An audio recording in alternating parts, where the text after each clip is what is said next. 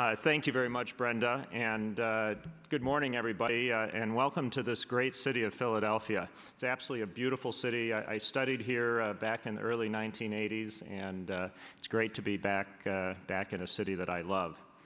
Accenture's very honored to be NASCIO's pinnacle sponsor for this conference this year, and in particular, Accenture is pleased to endorse the theme of this year's conference, which is leading through innovation and collaboration. All of you working in state government are working in an increasingly complex and interrelated environment.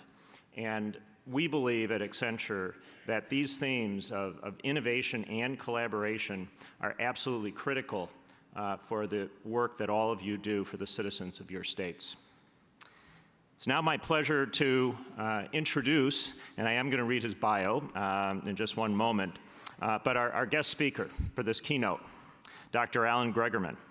As you're going to hear in his bio, he is an expert in fostering innovation and collaboration in organizations. Alan is President and Chief Innovation Officer of VentureWorks, a consulting firm based in the Washington, D.C. area that helps leading companies and organizations develop winning strategies and create successful new products, services, ventures, customer experiences, and ways of doing business. His customers are a wide range of Fortune 500 companies, growing firms, new startups, and nonprofit organizations. Alan is an internationally respected expert on business strategy, innovation, customer service, and unlocking the talent in people of all levels of organizations. In the past 20 years, he's helped over 300 organizations to create important innovations. And this is out of his bio. He has a 90% success rate in doing that. He's also an award-winning teacher, author, and keynote speaker who's been called one of the most original thinkers in business today. And I like this one, the Robin Williams of business consulting. His first book, Lessons from the Sandbox, provided a powerful formula for business success based on the magic of childhood. His second book, Surrounded by Geniuses, winner of the Axiom Award as one of the best leadership books of 2008, showed companies and organizations how to unlock compelling value by finding powerful insight in their own people and the world around them. His newest book, The Necessity of Strangers, and I see that it is right up here, and Alan, hopefully you are selling this outside in the lobby. So this book, Necessity of Strangers, is about the power of connecting with new and different people as the real key to innovation, collaboration, and greater business and personal success. Alan earned his Bachelor of Arts in Geography, summa cum laude, from Northwestern University, and his Master's in Economic Geography and PhD in Urban and Technological Planning, with highest honors from the University of Michigan in Ann Arbor. In his free time, he's founder and president of Passion for Learning, Inc., where he's involved in efforts to build innovative partnerships between the business community and low-income schools to close the achievement gap for at-risk children. He and his wife, Lisa, have 3 children, Sarah, Carly, and Noah. And with that, it's my pleasure to have Dr. Alan Gregerman come up.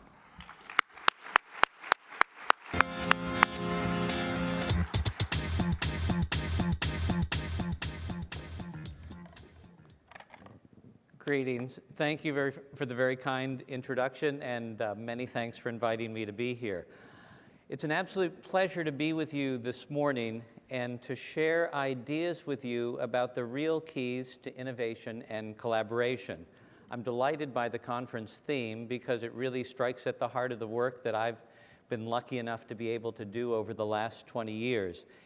And I'm excited also because I believe, with all of the challenges that all of you face, that states and localities are really where most of the action is today, and where all of you have a chance, through thinking about innovation in new ways, to do absolutely remarkable things, to deliver compelling value to the citizens and customers you have the privilege to serve.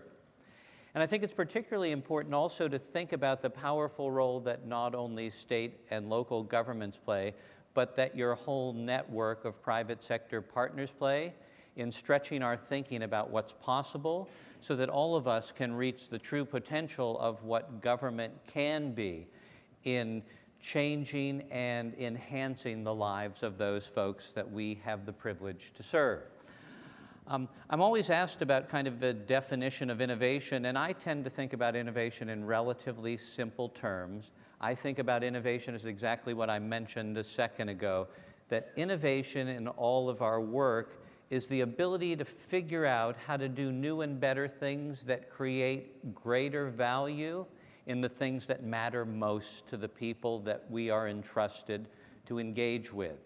And so I want you to think about that as we go through the next hour together. I'd also love, it's a big audience, and so I don't know if we'll be able to arrange kind of questions along the way. If you have a pressing question, please feel free to answer it. And if I can see you amid the bright lights here in this big city, I will be delighted to try to acknowledge. If I don't see your arm, it's only because the glare is a little bit stronger and I didn't wear sunglasses. But if not, I'll be hanging around for most of the day and look forward to the opportunity to kind of talk with you, learn more about what you're doing, and exchange ideas with you. And hopefully we'll have a few moments at the end of our 59 minutes and 45 seconds to answer questions as well. Part of what I want to talk about is ideas from a new book that I've written, and it's this book called The Necessity of Strangers. And it's really about the importance in all of our innovation and collaboration efforts of being open to and connecting with and learning from people who are very different than us. I've heard already of lots of exciting innovation initiatives that are underway in lots of your states. And I think that those are powerful ideas that are really going to help to move the dial. But I can't emphasize enough from all the work I've done the importance of getting out beyond where you work to stretch your thinking by connecting with people who are very different than you, outside of state and local government, outside of the vendor community. People in all walks of life who we pass by every single day and never take the time to notice. People who in any aspect of the life of our communities do something remarkable that if we learned from them would challenge us to do remarkable things and to look at what we're responsible for in new and more compelling ways. So I'd love you to think about that. I also need to tell you, and I don't need to tell you, but in just the 3 weeks that this book has been out, it has become absolutely my favorite book. No, I really do love this book, and I hope that all of you will read this book. If you decide to read it, I don't mind if you pay for it. No, but that's okay. And I hope that if you get this book, you will read it in an area of high visibility. I know a lot of you flew in here, airport lounges, on the plane, get an aisle seat, hold the book up prominently. You'll look really intelligent if you do that. And if people ask, is this a really good book? Simply say, well, I haven't read that much, but from the start of it, this could be one of the greatest books that has ever been written. Okay, so I have already tweeted. We live certainly in a world of social media, and I believe social media is hopefully a big theme for all of you in state government. So I've already tweeted about this event, and I'm assuming, since I was excited to see that 57% of you are on Twitter. So if you'd like to follow me on Twitter, it's simply Alan_Gregerman. But feel free to do that, but kind of tweet about the event and share everything that goes on over the next 2.5 days that you think matters to start a conversation with people. You can also like my kind of author page on Facebook if you're so inclined. And certainly tell all of your LinkedIn contacts about the power of connecting with strangers and innovation. So we tend to think that the folks we know best, the smartest people in our agencies, the smartest people in our companies, are the real key to innovation and success. But what if this isn't the case? What if, in fact, they're too close to us and they think too much like we do, even when we think of them as unique and novel thinkers? What if, in fact, the only way to ever reach our full potential is to connect with people whose ideas will really stir the pot? And so that's what I'd like you to think about today. And I'd like you to think about one compellingly simple idea. And it forms the heart of everything we know about innovation, and yet we don't behave as though we understand it. And that simple idea is the following: 99% of all ideas, all innovations, are based on someone else's thinking. They're based on the thinking of someone else, often a stranger, typically from a field different than ours. Don't get me wrong, friends, relatives, and colleagues are awesome and essential to our success, but they can only get us so far. They can only get us far enough to be open to the possibility that what we know combined with what somebody else knows could make us way smarter than we ever imagined and enable us to deliver way greater value than we ever imagined possible. So in the time we have together, I'd like to take you on a brief tour around the world and a bit of a tour through history to think about what this idea really means and why it's vital to your success, and why getting out and exploring the world around you might be the smartest thing that you and your team inside and outside your agencies ever decide to do. So let's get started.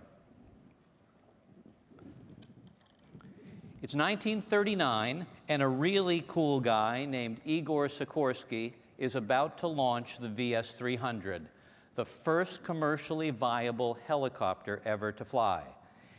And in a remarkable feat, it flies for about an hour in its first flight. An amazing thing, created by a guy who was really smart, who had a passion since childhood for vertical flight. One might have imagined that he was just so smart that he conceived of the helicopter on his own.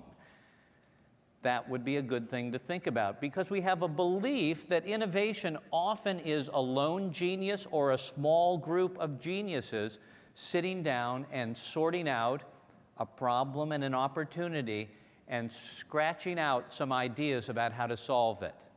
But that wouldn't actually be the case. Because actually, Sikorsky was inspired by literally 2,000 years of insight about vertical flight. 2,000 years that began in China with a toy that many of you probably had a wooden version of, called the Chinese top. It was a toy that simply flew like a helicopter, and a toy that was found commonly in all of the markets of Europe, and Sikorsky, growing up in Russia, saw this toy and was fascinated by it. I purchased these recently. They are made in China again, only now they're made out of plastic, so it's not the perfect toy, but I remember as a child my keen fascination with a lightweight wood Chinese top that I was able to fly. So Sikorsky saw that, and that inspired him. But he was inspired by other folks as well. We all know of a guy named Leonardo da Vinci, kind of a clever guy, okay? And many of you may have seen in school or just Googling, or you can Google now, Leonardo da Vinci helicopter. And so many of us knew that Leonardo da Vinci had created kind of a cool design for a helicopter. Not exactly what Sikorsky had envisioned, but a pretty interesting thing. And we might say, okay, so that guy, he really didn't need strangers. He was so darn clever, he could figure it out by himself. But one might also imagine that as he sat in Florence, that Leonardo da Vinci was influenced by these guys, dragonflies. Incredible creatures who had a keen ability to go straight up in the air, go straight forward, hover over a lily pad, then come straight down, then go up again, then actually go backwards as fast as they went forward, something a helicopter can't quite exactly do. But those weren't the only inspirations, because at a time when Sikorsky was trying to figure out vertical flight, he was also fascinated by a guy named Count von Zeppelin, a guy who had figured out lighter-than-air flight, these lighter-than-air crafts that actually went kind of straight up and then took people from one place to another. And in the 1920s, I don't know how many of you realize, but Zeppelins were a major mode of passenger transportation. And then there was something called the Hindenburg, which was pretty bad marketing for the Zeppelin industry. Sikorsky based his creation of a helicopter on 2,000 years of strangers thinking about something that mattered to him. And he combined his brilliance with an ability to put their eyes together. How many of you here have a car that won't collide with another car? Any of you? None of you? It's not possible? Well, in fact, for 50 years, the leading automotive engineers tried to figure out how to create cars that wouldn't collide. And they brought together automotive engineers, really smart people, people at the top of their game, leading experts in the field of automotive design. But they struggled for a major, significant breakthrough. And then one day, a young researcher at the Nissan Research Lab, the southern island of Japan, came up with a breakthrough. Frustrated that bringing the usual people into the room didn't quite make it happen, he thought that maybe somewhere in the world there might be folks in a different discipline or walk of life who might truly understand how to solve this problem. He was advantaged by the fact that he lived along the sea, and he was inspired by the fact that there actually were fast-moving objects in the world around him that regularly in heavy traffic were moving around, zooming around, and never crashed into each other. What inspired him were fish. And so he imagined that here in oceans full of fish, fish would, in close proximity, make instantaneous decisions about what to do and be able to avoid a predator or move as the current decided to take them, all in harmony together. In fact, as he Googled, he noticed that there had never been a reported case of a major fish pileup in the sea. So the answer to him was pretty clear. We need to involve in our conversation marine biologists. We need to find people who understand fish who can challenge us to think in new ways. And so he found a group of marine biologists and asked them to share with him why fish never run into each other. And they shared that insight that fish have 3 different ways they communicate in real time to engage with each other and get with the program. They decided to incorporate those 3 behaviors into a group of test cars, 6 test cars on a test track. They let those test cars go. And in the time they ran them, they never ran into each other. Suddenly, a breakthrough occurred that now, as we make evolutionary moves in the world of sensors combined with the way fish think, we'll all be getting closer and closer to driving cars that don't collide. And so if any of you, like I am, have teenage kids and can simply put off their driver training for another 5 to 8 years, you'll have a remarkable ability to ensure that even when they're not focused, they're absolutely awesome drivers because the car will drive itself. Now, even the folks that we think of as the most innovative folks in your space or anybody else's space draw on the wisdom of others. Now, we don't often think about that, so let's think about the folks at Apple, who we often think of as among the most innovative companies in the world. And let's think about a breakthrough product they had. Do I have, which was the iPod. Well, now my iPod's incorporated in my phone, but the iPod, which created a whole new powerful category and changed the way that people listen to music. And we say, God, they're smart, incredible design. They are truly innovators. But I'd suggest that the iPod is based on 3 fundamental ideas that Apple had nothing to do with. To get you to understand that, let me take you back to 1979. And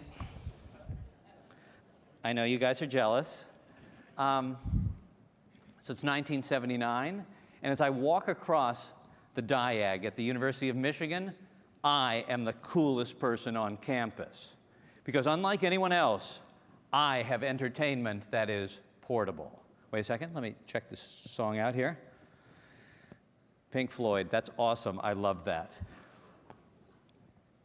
Because I am the proud possessor of a Sony Walkperson, the first portable music player ever invented. Any of you ever have one of these? Now, some of you are too young to even imagine, okay. And you've kept it or sold it on eBay or donated it to a museum. Sony invented portable music. And I literally was a party waiting to happen. I could take with me 12 songs. Is that awesome or what? I could literally take 12 songs with me anywhere I went, you know, and if I was a nice guy or had a splitter, I could share those songs with people. And suddenly people wanted to hang around me, and if I had a big backpack, or I had a purse, or I had large pockets, I could take multiples of 12 songs on cassettes, and the party could go on for hours, okay? How many of you use a Sony portable music player today?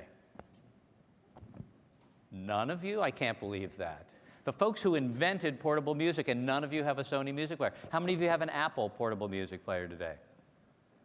So probably the lion's share, because they have, I think, 70% market share in the world of portable music players.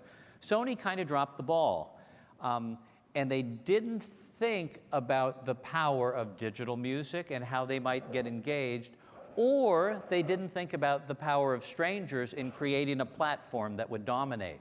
So the first thing that Apple didn't invent, which is at the heart of what they do, is personalized music. Somebody else did, a Japanese company. And the second thing that Sony didn't acknowledge and that Apple didn't invent was the technology platform in the iPod. Because that was developed, the MP3 platform was developed by 2 German researchers in 1986. So now imagine this. Let me take this off, because that's a little bit clunky for me. And somewhere here, I thought I had, I'm hoping I have it. Yes, we can find it. So this is now what I use when I run or bicycle. This is my iPod Nano. And so slightly different than the Sony Walkperson. This holds 3,200 songs. Okay, and the heart of it is MP3 technology, but again, Apple didn't invent that. Now, many of you might say that what Apple really did, in addition to cool design, is they created an ecosystem focused on the iTunes Store, which really enabled their devices. And it's interesting, as you think about knowledge sharing within your state and how you drive information to citizens, you might imagine the power of creating an ecosystem that they engage in. So here we have the largest repository of content in the world, and other folks are scrambling to figure that out. Did the folks at Apple invent that? I'd argue not.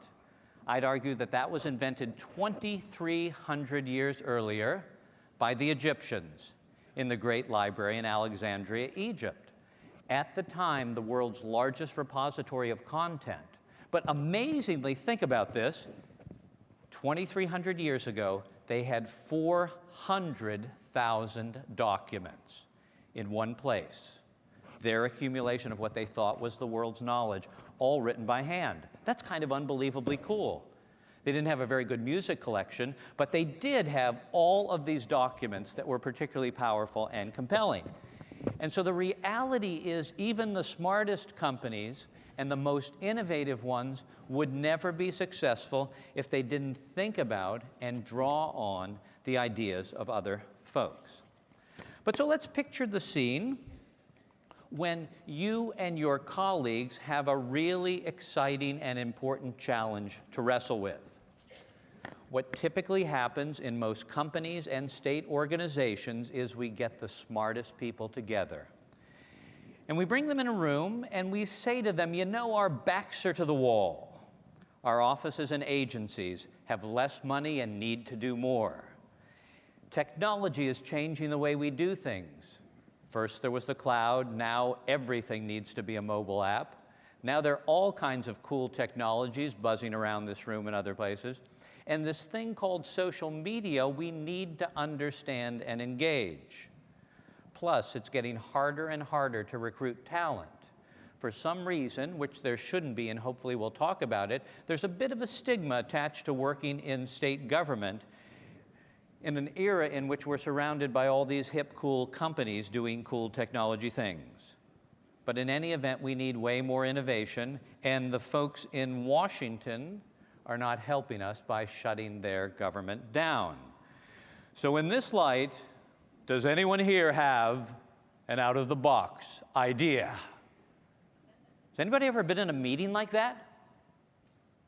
Has anybody ever uttered those words, got a group of intelligent people together and said, does anybody have an out-of-the-box idea? It's an awesome thing to say. And then what happens? Instantly, everybody raises their hand and makes unusual seal noises. Oh yeah! I have a brilliant idea. It doesn't work that way. If they'd had a brilliant idea, they actually might have offered it up a long time ago. But in the confines of that room, with the stress of trying to do something remarkable and new, most people reach for their cell phones.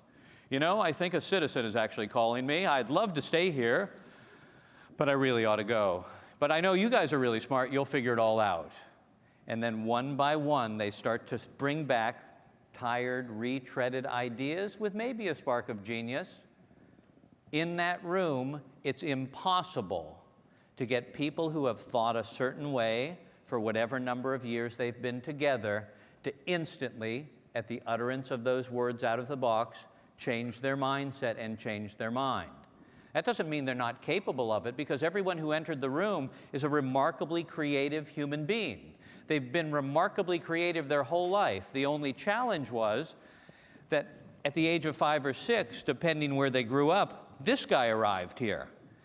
And this guy decided that he would take them from their world of creativity, jumping in puddles, pulling bugs apart, throwing things in the air and imagining what would happen, and take them to a place where their creativity would continue to be inspired, a place designed by adults, the least creative people on the planet. And then, through a succession of awesome school experiences, they would become more and more creative, and then, in a burst of genius that our society and almost every society has really kind of empowered, we would challenge people to specialize in areas of expertise and to invest in their specialty so they would think about the world in a narrower and narrower way. And so when the topic of being brilliant came up, they would turn to their frame of reference, which was their expertise, and they would struggle to figure out how to be brilliant. And yet the reality is they were born to be curious, all of you were, and they have expertise that's powerfully relevant, but it's not sufficient to solve the problems we face today. Now, combined, it is sufficient, because combined, an openness to what I know but what I don't know and a powerful desire to be curious is all we need to be brilliant. But we have to get over some baggage that we've created for ourselves. And so that's the challenge. So in that room, it doesn't happen, but I could change the equation in every one of your rooms by doing one simple thing: getting everybody together, challenging them to understand the issue we face, and then sending them out in the world to look for ideas and inspiration in the community you're in all walks of life, in other businesses in totally different industries, in the finest nonprofits, in the finest performing arts organizations, in the greatest museums that you have, in a dynamic neighborhood or a quiet park, in the activities and energy of the hottest new restaurant in town. I could simply send people out and say, here's all I want you to do. I'd like you to wander around for a couple of hours. And I'd love you to find 2 or 3 or 4 places in which you believe something remarkable is happening. And I'd love you for a while not to think about what we do, but try and figure out why it's remarkable. And in trying to understand why it's remarkable, I want you to bring that remarkable core back to our work, and then we'll put it all on these cool whiteboards, and we'll think about the power of all these ideas to give us different frames and different possibilities tied to the challenges we face most. And if you did that simple thing, you'd dramatically change the equation in all of your worlds. And if in the process people committed to connecting with strangers in new ways, you'd change the equation as well. But the reality is we're averse to doing that. We're averse to getting out of the office. We're averse to listening and learning from folks who do things that are very different than us. And we're kind of averse to strangers. We kind of were told that as kids. We were kind of told that strangers are dangerous and that we really shouldn't hang out with folks we don't know. And that's one of the biggest gaps in our ability to be brilliant. Any of you here ever been competitive swimmers? Okay, great. So you know, in any swimming competition, whether it is the local swim club that many of your kids participated in, or the Mississippi State University swim team, or the national championships, or the Olympics, there are 4 strokes that are used in any swim competition, and those are Okay? So we have the breaststroke, the backstroke, the butterfly, and the freestyle. Anybody have any idea which one is the fastest? The freestyle, okay, good. The second fastest is the butterfly. There's reason to believe for 18 to 20 meters that a good butterflyer is faster than a freestyle, but this is an exhausting stroke, so you can't keep it up. The third fastest stroke is the backstroke, and the slowest stroke used in competition is the breaststroke. It's kind of a funky stroke. It's the favorite stroke of 95-year-old German women in the Baltic Sea. And it's a cool stroke if you want to see where you're going, because you don't have to put your head in the water. Not the fastest or strongest streamline pull. It's got a kick patterned after a frog, not as fast, quite as fast as a dolphin. There's research on that. Okay, swim strokes. I'm fascinated by swim strokes because they have a powerful lesson to tell us, and I also am a swim referee. All of our kids have been swimmers. So those are the 4 strokes, those are the relative speed, and it turns out in the mid-1800s there was only one place in the world where people cared about competitive swimming, and that was Northern Europe. In fact, whenever the water was warm enough, about 50 degrees Fahrenheit, they would hold a swim meet, and all the leading swimmers from Northern Europe would come. They'd come from the British Isles, they'd come from Germany, France, Holland, Belgium, the Scandinavian countries. Some might have even come from Spain. There was only one challenge, if we might call it that, with swimming in Europe in the mid-1800s, and that was the only swim stroke that Europeans had figured out how to swim was the breaststroke, the slowest stroke known to human beings. So let me take you to a swim meet in London for a moment, just to give you a sense of the power of this idea. Let me get my goggles on here. These are not the coolest goggles, but hopefully they glow in these bright lights. Let me get them on. So it's 1844, a swim meet's about to be held at the leading club in London. And as the meet's about to begin, 2 visitors come to the meet from South America. They'd never been part of a swim meet, but having heard that there was a swim meet going on, they asked if they might participate. The host, excited that visitors were there and keen to show them what brilliant swimmers they were, said that would be great. The visitor said, just explain to us a little bit about how you do this, and they said, no problem at all. Love to do that. Here's what's going to happen. We're going to swim a series of races. They'll be of different lengths, but the basics of the race are we start here at the bank, we go out to a marker that's in the lake.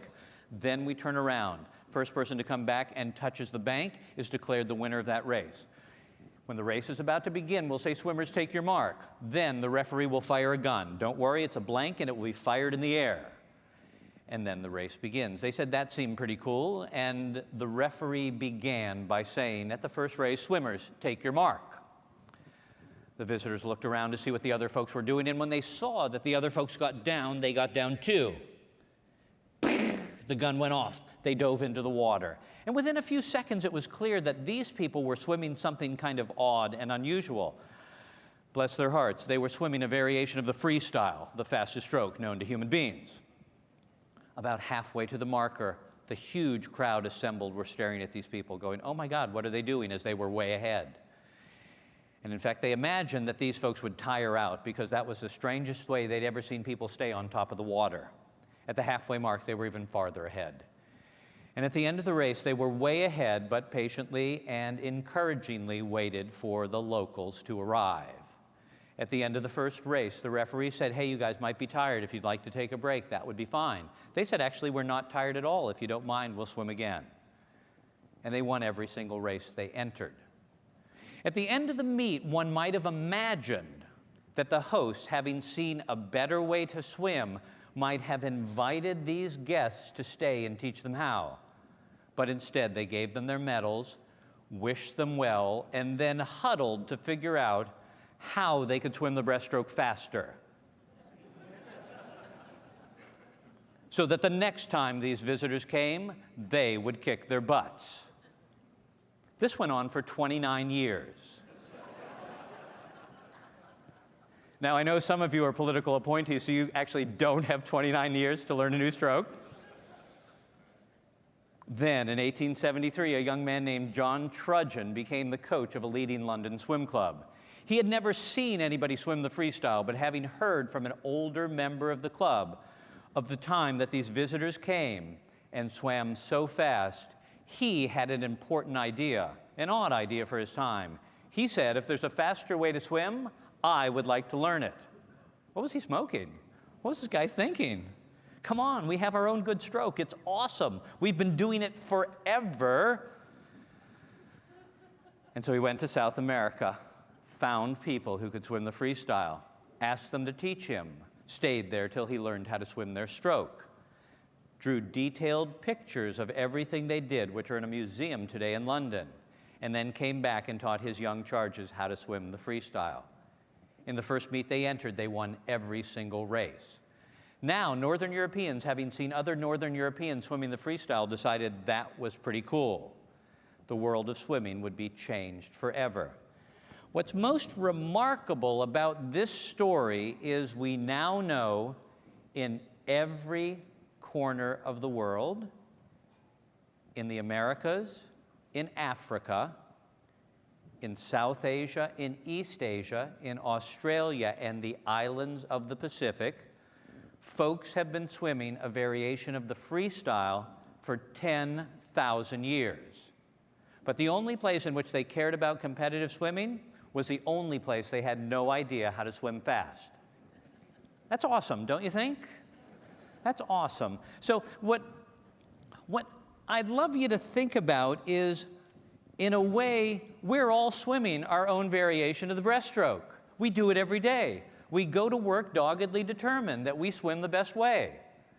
And we make tweaks in the way we do things because that's how we believe innovation occurs. Innovation will occur in your organizations by thinking about how we swim a new stroke, by thinking about the core of what we do that remains vital, but thinking about the other things we do and how we connect with the people we have the privilege to serve in powerfully new ways that are tied to the ways they want to swim with us. And if we don't figure out that idea, we're simply going to miss the chance to be more relevant and to have citizens say, you guys are awesome. And wouldn't that be nice to have citizens say, because they should, because you do things that matter, that you are awesome to deal with, that I actually look forward to interacting with state government. How many of you can say that happens right now consistently? It can, if we learn some new strokes.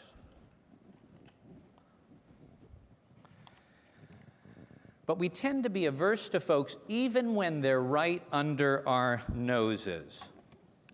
How many of you enjoyed participating in the 2010 census?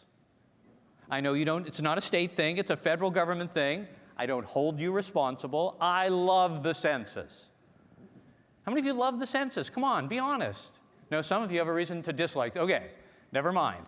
But imagine this, okay? And we're in the city of brotherly love, and you saw Ben Franklin. So imagine this. If you participated in the census and you were one of the lucky people this year who had somebody come to your door and ask if they could speak to you, did you imagine, given that you guys are all in IT, that there they would stand eager to greet you with a clipboard and a pencil, a number 2 pencil in hand? Didn't something seem a little bit wrong to you about that? And so I guess because I know that some things, it's nice when some things don't change, I guess the census wanted to be in that bucket. So in 1790, when it started, they came to your door with a clipboard and a quill pen. It was a number 2 quill pen, but they came there and they asked questions about the people who lived there.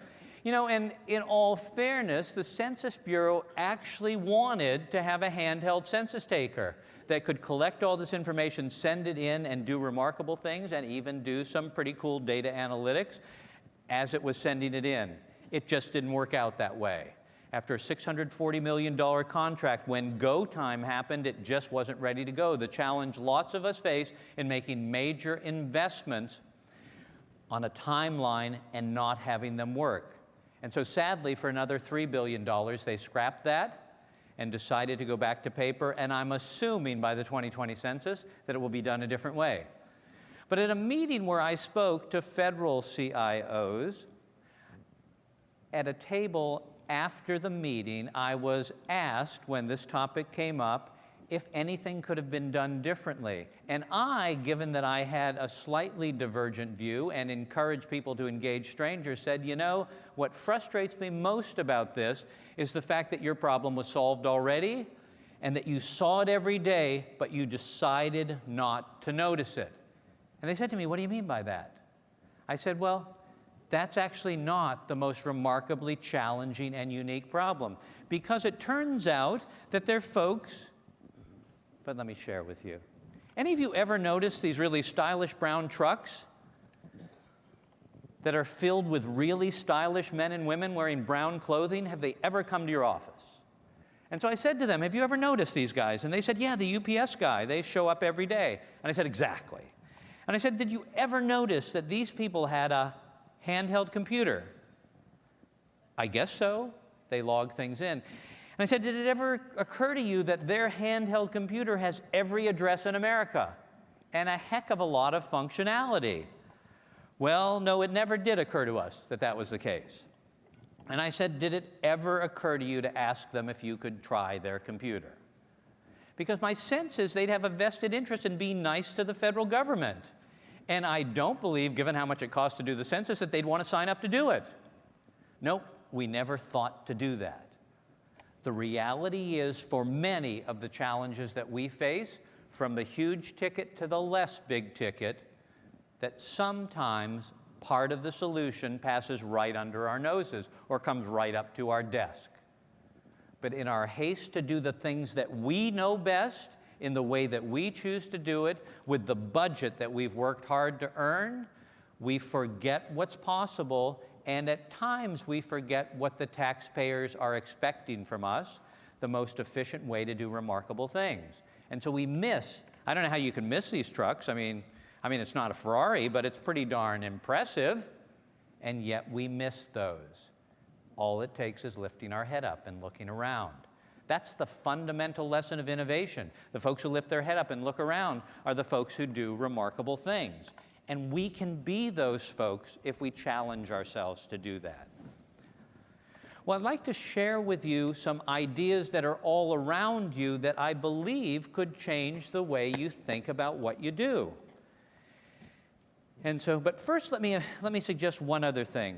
In addition to being averse to strangers, I would argue that a lot of us are adverse to strangers in other departments of our own state governments. That we believe the folks in the other silos or pillars of excellence,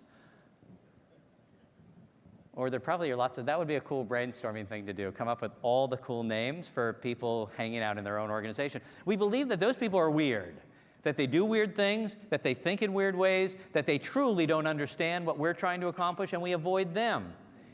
And I'd argue that we even treat the new hires who are so valuable to us as strangers, and we don't get the real power of all of those folks.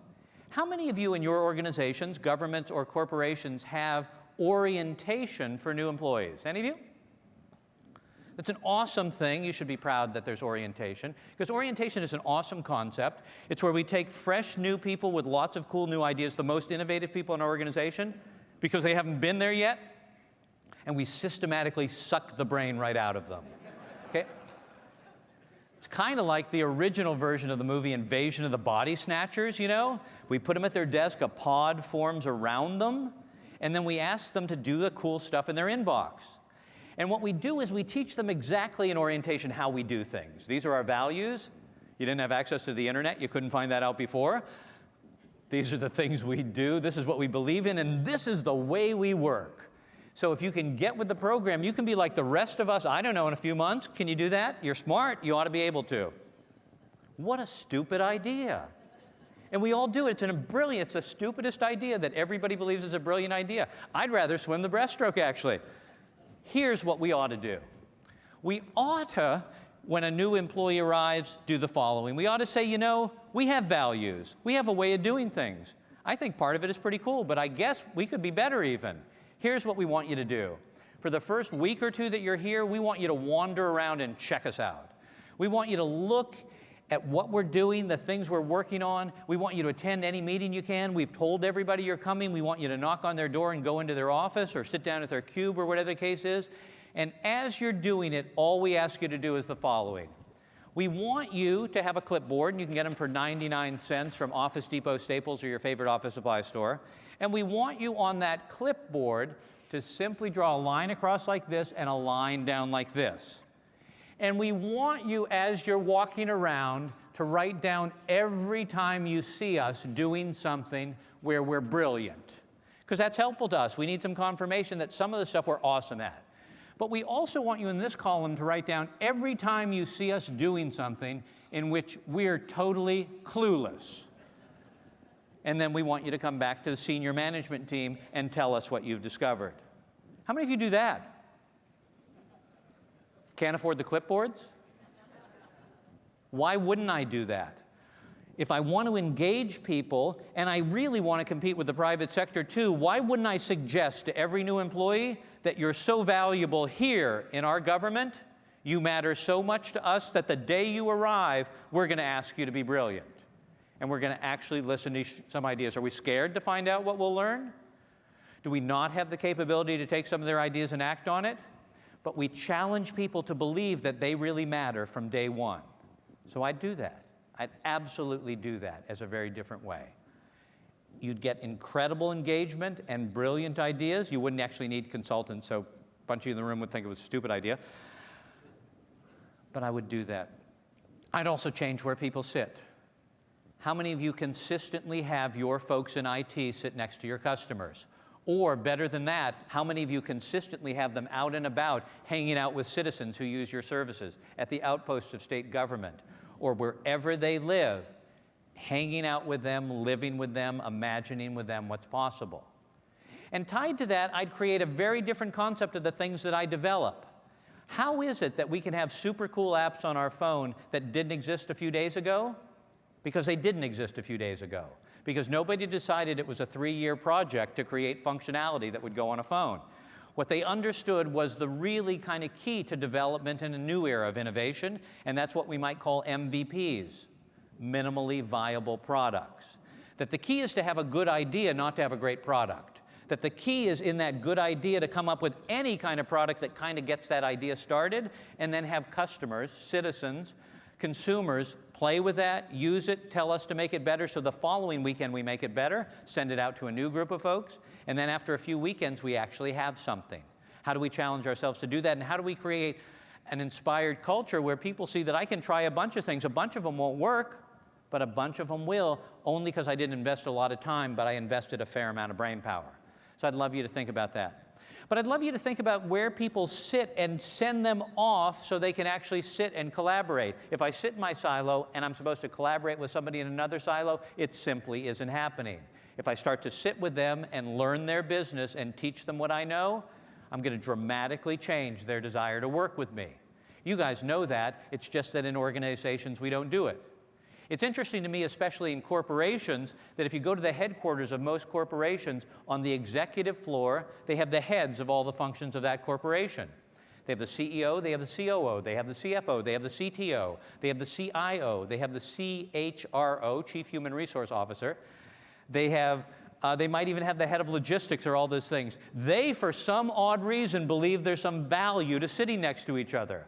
And then for everybody else in the organization, just sit with your kind, okay? Just sit and hang out in your cage of the zoo and talk to the other lemurs. That's a cool thing for you guys to be doing. So I'd love you to think about that. And then I'd love you to think about fundamentally, so folks say, you know, I can't compete. Talented people have to take a pay cut in order to work at my state government agency. Who cares? That's not what they care about. 90% of people care about 3 things. Am I doing work that matters? Am I learning and developing skills that will help me to do remarkable things? And will I have some sense of autonomy? You have tons of that stuff to give away. You're all doing stuff that matters. You all have the ability to make people smarter. And you all have a keen ability, if a person is smart and energized, to let them run with something. Why not do that? That will keep brilliant people in your organization, and especially if you ask them for their ideas right from the start. Well, what about a few ideas in the world around you that should hover around you and get you to think in a different way about your world? So let me share a few of those with you. How many of you have ever shopped at Whole Foods Market? Any of you? Have you ever shopped at Whole Foods? Okay? And you do that because you like to spend twice as much for groceries as you should, right? So you all know that Whole Foods Market, it's like a $13 billion company, is the world's largest chain of natural and organic grocery stores. And they do a lot of things right because these guys are on a mission. They're trying to get you to be healthier as long as you don't go to the dessert counter. But they're trying to get you healthier by changing your lifestyle and getting you to eat natural and organic stuff. Now, any of you from a farm state know that until the 1930s, all food was natural and organic. And then we decided to change the equation, so now we're kind of sort of going back to that. Okay. But how can they get people to pay so much? They can do it by doing a few things. The fundamental thing I want you to think about with Whole Foods is they get you to believe that they're there to solve problems for you. So let's imagine that you're at Albertsons or Safeway or Food Lion or another grocery store chain and you need something. So let's just pick prune juice as a cool thing that you might need. Not the young people, but that's okay. So you ask somebody at that store where it is, and they kindly say to you, God, I don't know, maybe aisle 24. To which you say, where's that? And they go, just go west. Just go west, and it's down one of those aisles, turn right, it's on the top shelf. Say, perfect, that's awesome. You go to Whole Foods and you ask somebody where the prune juice is, they're required to take you there, okay? And when they get there, they're required to ask you if you have any questions. I don't know, does it work? Okay. And if they don't know the answer, they're required to find a coworker who does. They're required to do that. They have to do that. What do they know that you need to know? That if we can stick with the customer until their need is answered, we can provide compelling value. We can make a difference for them. That if their first point of contact doesn't know the answer, but happily takes them, doesn't say, hey, let me put you on hold. When you get on hold, make sure you push the 17th option, and you'll get directed to somebody. Then we change the equation. They suddenly believe I'm there for them. I live to meet their need. And that's just one lesson, but we don't have time to learn more from Whole Foods right now. If you're near a Whole Foods, just go there and think about the power of what they do. Okay, anybody ever shopped at IKEA? Okay, and you go to IKEA because these people have kind of reinvented the world of kind of low-cost furniture, high style, high design, and I would argue no customer service. That's awesome, don't you think? In fact, I wrote an article not long ago called Learning to Love IKEA. Because for a while I really disliked them, and I'm compelled to go there because my wife is from Sweden, and they actually sell Swedish groceries. So I would go there, and you know, you enter IKEA, and once you enter, you're not allowed to leave, okay? So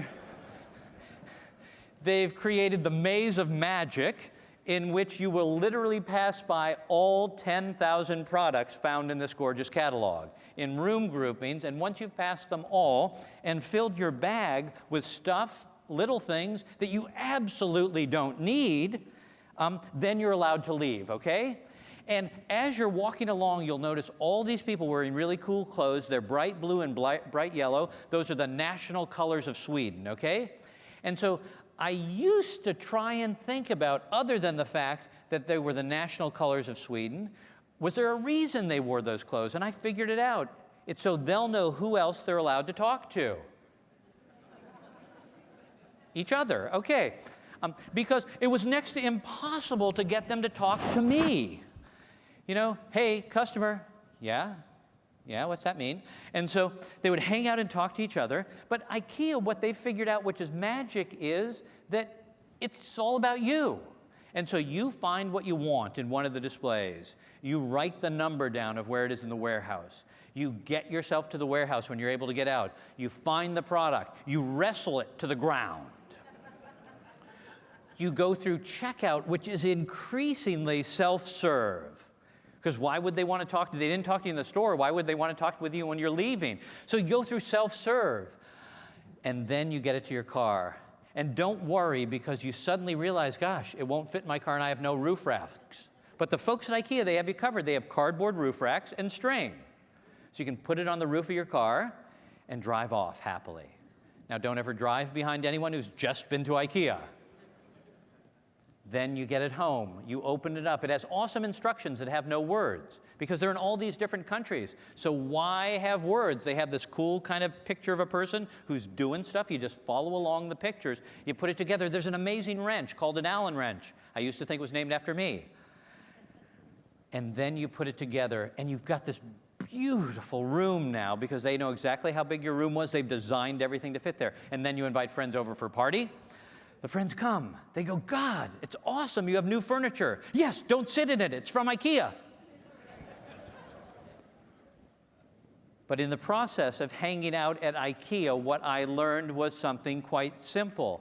That amid my frustration about them, they figured out a lot about the future of business and a lot about the future of government service.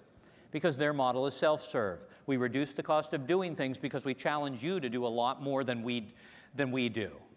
We come up with the design, we conceive of the systems and the tools, and we empower you to make things happen.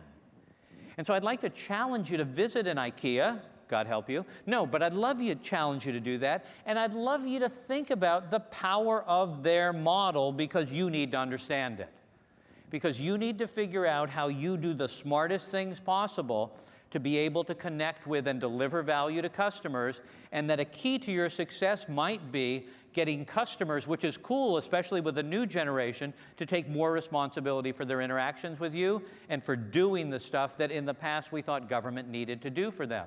So you create the portal or the capability, and they then do a lot of the work in an excited and enthusiastic way on their time over their triple-double mocha macchiato latte, wherever they want to do it, and are satisfied to the max with dealing with state and local government. Because self-help is a big part of all of our futures if we're going to, within our budgets, do remarkable things. Let me share a few other ideas that I'd love you to think about. This is an awesome idea. 1912, Leon Woodbean creates the Maine hunting boot. In his first iteration of creating this boot, they all fall apart. And so customers, not irate, because they were from Maine, they're nice people, told him that they just weren't happy with the boot. He could have given up, but instead he decided to take input from customers, redesign the boots, and send them back to the customers.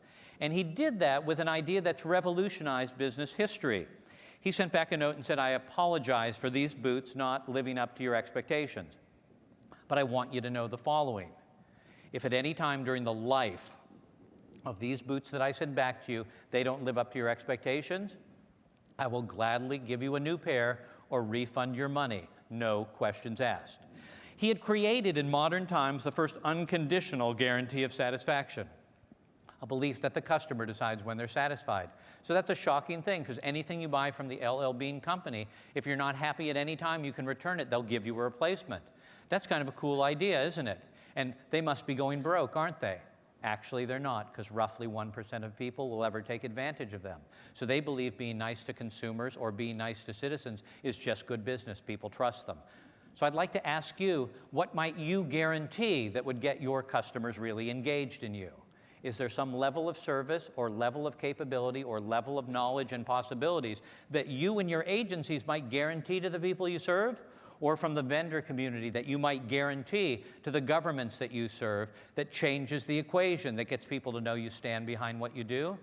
Because in a world in which people don't have time to do things more than once, the thought that you've figured out a way to get them to do it once and do it right is a powerful idea. Now, I would argue that in Milan, Michigan, there is a company that has figured out social media in an old industry better than almost all of us have, and that we can learn a lot from them as well.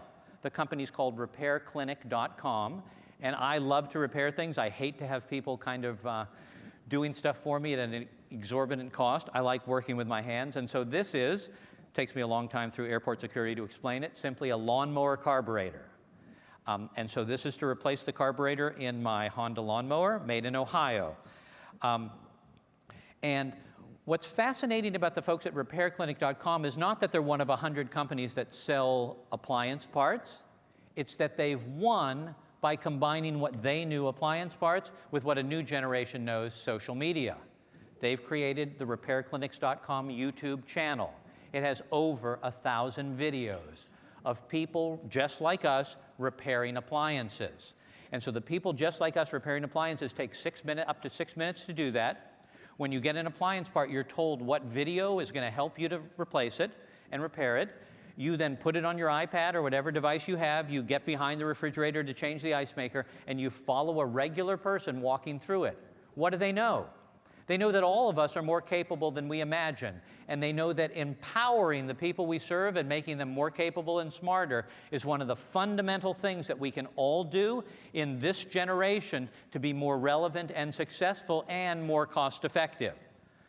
I'd like to challenge you in everything you do to have that component of educating and empowering. Don't just let somebody get a license. Don't just let somebody register to do something. Drive knowledge to them in a way that makes them smarter and more capable. Simply go to repairclinic.com to find that out. And if I can't figure it out because I'm really dense watching the video, I can call an 800 number and talk to the repair guru who will help me to solve the parts I don't understand. They've offloaded to me an incredible amount of the responsibility and created a remarkably successful business. We can all do kind of the same thing. Is that true? We only have 6 minutes left? Okay. Walk around and think in new ways about what's possible. You know, I regularly walk around. When I have like an hour free, I just wander around looking for ideas and inspiration. And you just will be shocked at the things that strike you. I can't believe it because I travel all the time. Could you imagine I forgot my toothpaste? And so I forgot my toothpaste, so I needed to take a walk anyway, and I went into Rite Aid. And fortunately, this was on sale. It was Crest Pro Health, so this is an amazing thing, because I don't know if you realize that in this single tube is a product that fights cavities, fights plaque, fights gingivitis, that sounds scary, builds increasing protection against painful sensitivity, fights tartar, whitens teeth while removing surfaces, and freshens breath. 7 awesome things in this tube. You guys need to be like a tube of toothpaste, okay? You guys need to imagine the power of this tube of toothpaste and think about in the programs you're responsible for, what are your big 7?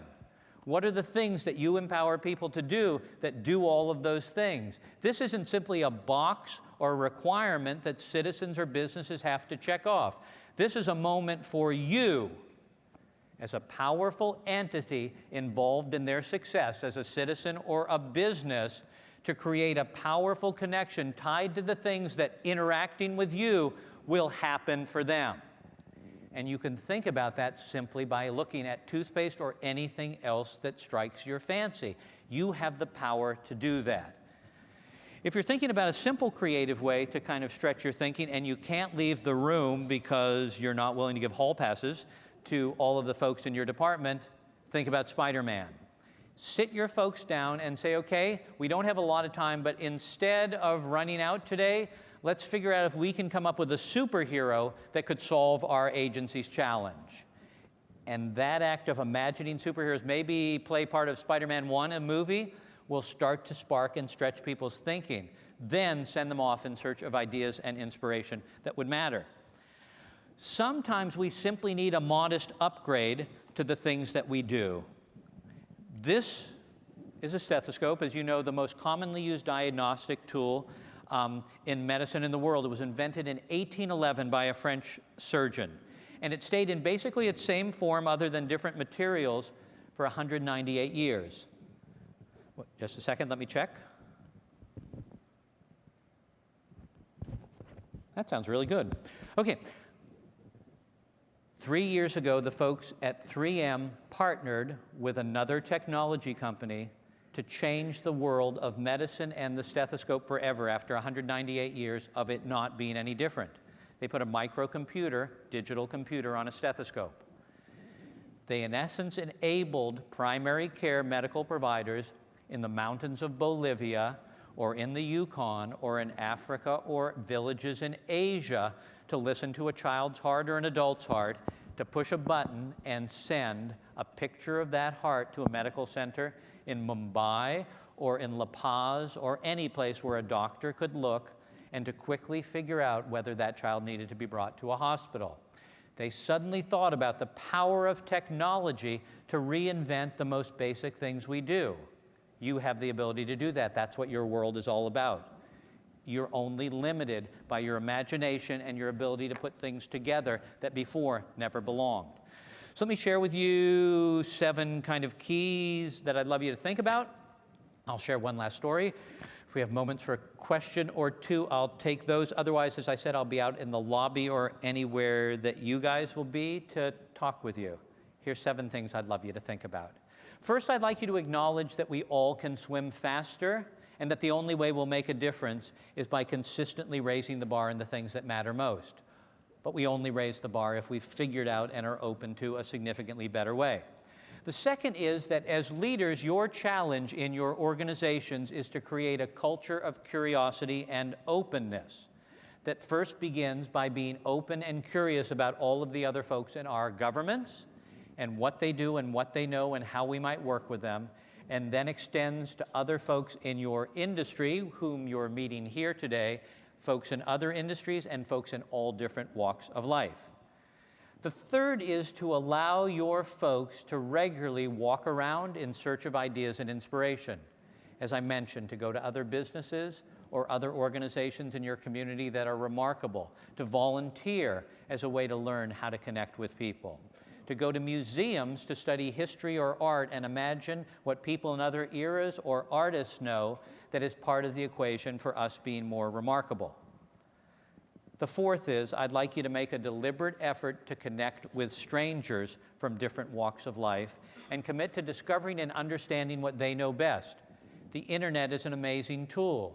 All you would need to do in whatever community you're in is simply Google something like remarkable customer service in Philadelphia, Salt Lake City, Sacramento, San Francisco, Phoenix, wherever, and see what things start to come up.